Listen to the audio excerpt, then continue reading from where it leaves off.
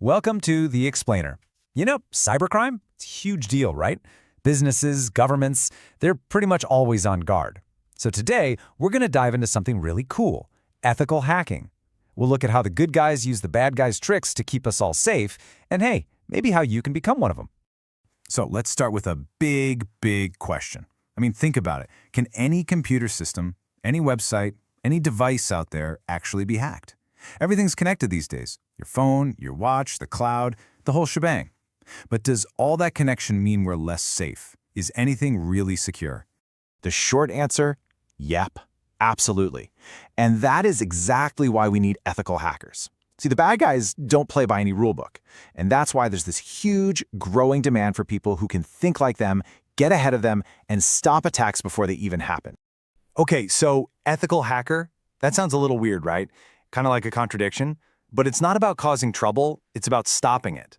Let's really get into what this whole proactive defense thing is all about. All right, so the official term is ethical hacking, or sometimes you'll hear it called penetration testing. Pen testing for short. The best way to think about it is like a company hiring someone to try and break into their own building. They're giving you permission to find the weak spots, the unlocked windows, the easy-to-pick locks, so they can fix them before a real burglar shows up. And look, this isn't just some random, chaotic thing. It's a super methodical, step-by-step process. First, you have reconnaissance. That's just gathering info, scoping out the target. Then you're scanning for ways in. After that, you actually try to gain access and then maintain it to see how far you could go. And here's the clever part. You then clear your tracks to show how a real hacker could get away unnoticed. Finally, and this is the most important part, you write up a report that tells the company everything you found and exactly how to fix it. Now, this whole thing runs on some really important golden rules. You absolutely have to get permission first. I mean, proper, legal, written permission. Then you have to report every single thing you find, no secrets. And you don't just point out problems, you give them advice on how to fix the flaws. And of course, you've got to respect any sensitive data you come across. It's all about trust and making things more secure. So, to really get what an ethical hacker does, it helps to know who else is out there. Let's talk about the different kinds of hackers you'll find in the digital world.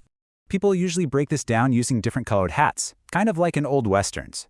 You've got your black hats, those are the bad guys, the criminals trying to steal stuff or cause damage.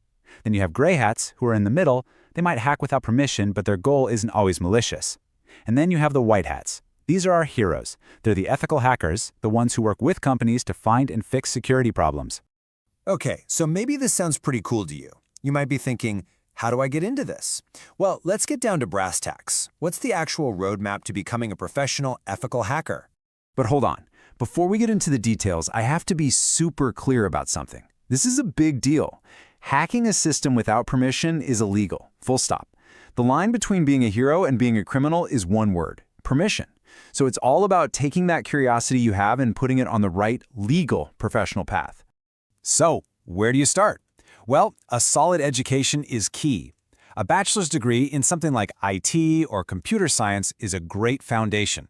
You know, a BSc, a BTech, that kind of thing.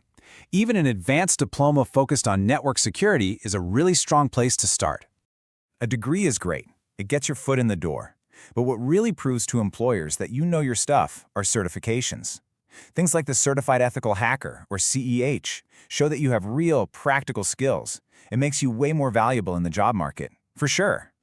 And look, it's not just about what's on paper. You have to have real, hands-on technical chops.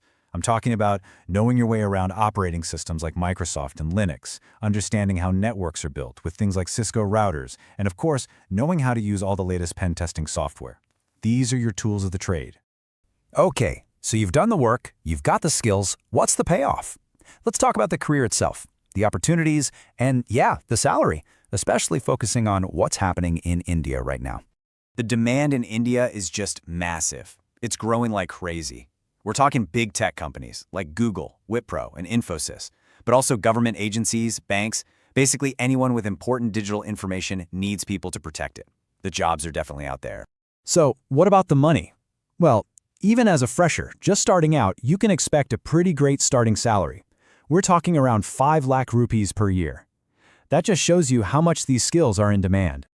And that's just to get started. As you get more experience, become an expert, your salary can really take off. It's not uncommon for experienced pros to be making 30 lakh or even more per year. It's one of those fields that really rewards you for being an expert. So, when you boil it all down, being an ethical hacker isn't just a 9-to-5 job. It's a whole mindset. You have to be constantly learning, always trying to stay one step ahead of the bad guys. Because really, to build the strongest defense, you have to know how to think like an attacker.